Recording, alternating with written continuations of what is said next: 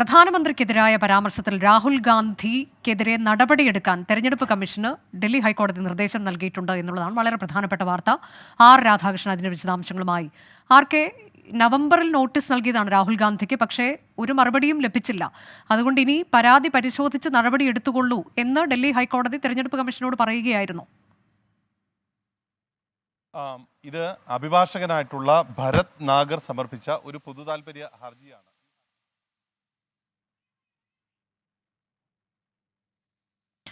രാഹുൽ ഗാന്ധിക്കെതിരായ പരാതി പരിശോധിച്ച് നടപടി കൈക്കൊള്ളാൻ തെരഞ്ഞെടുപ്പ് കമ്മീഷൻ ഡൽഹി ഹൈക്കോടതി നിർദ്ദേശം നൽകിയിട്ടുണ്ട് എന്നുള്ളതാണ്. ഒരു അഭിഭാഷകനാണ് പരാതി നൽകിയത്.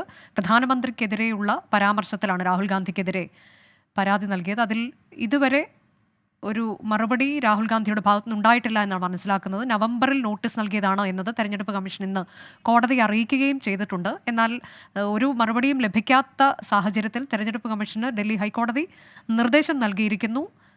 പരാതി പരിശോധിച്ച് അതിന് ഉചിതമായ നടപടി കൈക്കൊള്ളൂ എന്നുള്ളതാണ്. ആർക്കെ തുടരാം.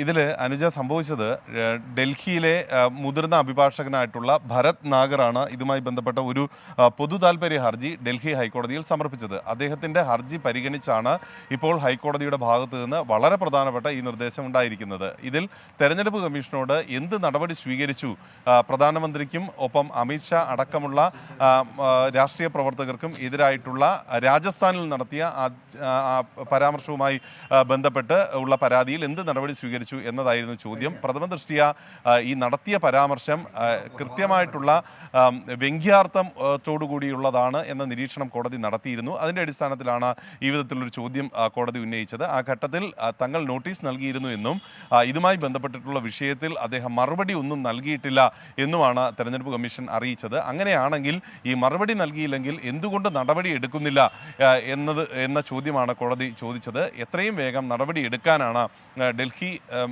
ഹൈക്കോടതി ഇപ്പോൾ തെരഞ്ഞെടുപ്പ് കമ്മീഷനോട് ആവശ്യപ്പെട്ടിരിക്കുന്നത്. മറ്റൊരു കേസിൽ കൂടി അനുജ രാഹുൽ ഗാന്ധിക്ക് ഡൽഹി ഹൈക്കോടതിയിൽ നിന്ന് തിരിച്ചടി ഉണ്ടായിട്ടുണ്ട്. ഒരു ട്വീറ്റ് ചെയ്ത വിഷയത്തിലാണ്. അദ്ദേഹം നടത്തിയ ഒരു ട്വീറ്റിൽ പ്രായപൂർത്തിയാകാത്ത ഒരു പെൺകുട്ടിയുടെ ചിത്രം വരുന്നൊരു സാഹചര്യമുണ്ടായി. അതിനെതിരെ സമർപ്പിച്ച കേസിലും അദ്ദേഹം ഇപ്പോൾ കോടതിയിൽ അറിയിച്ചിരിക്കുന്നത് ആ ട്വീറ്റ് പിൻവലിക്കാം, ആ പെൺകുട്ടിയുടെ ചിത്രമടക്കം പിൻവലിക്കാമെന്ന് അദ്ദേഹം ഇപ്പോൾ ഡൽഹി ഹൈക്കോടതിയിൽ അറിയിച്ചിട്ടുണ്ട്. അങ്ങനെ രണ്ട് കേസുകളിലാണ് ഇന്ന് ഡൽഹി ഹൈക്കോടതിയിൽ രാഹുൽ ഗാന്ധിക്ക് എതിരായിട്ടുള്ളതായി വന്നത്. അതിൽ തെരഞ്ഞെടുപ്പ് കമ്മീഷൻ ഒരു കേസിൽ നടപടിയെടുക്കാനുള്ള നിർദ്ദേശവും ഉണ്ടായിരിക്കുന്നു. ശരി, ആർ രാധാകൃഷ്ണനാണ് വിവരങ്ങൾ നൽകിയത്.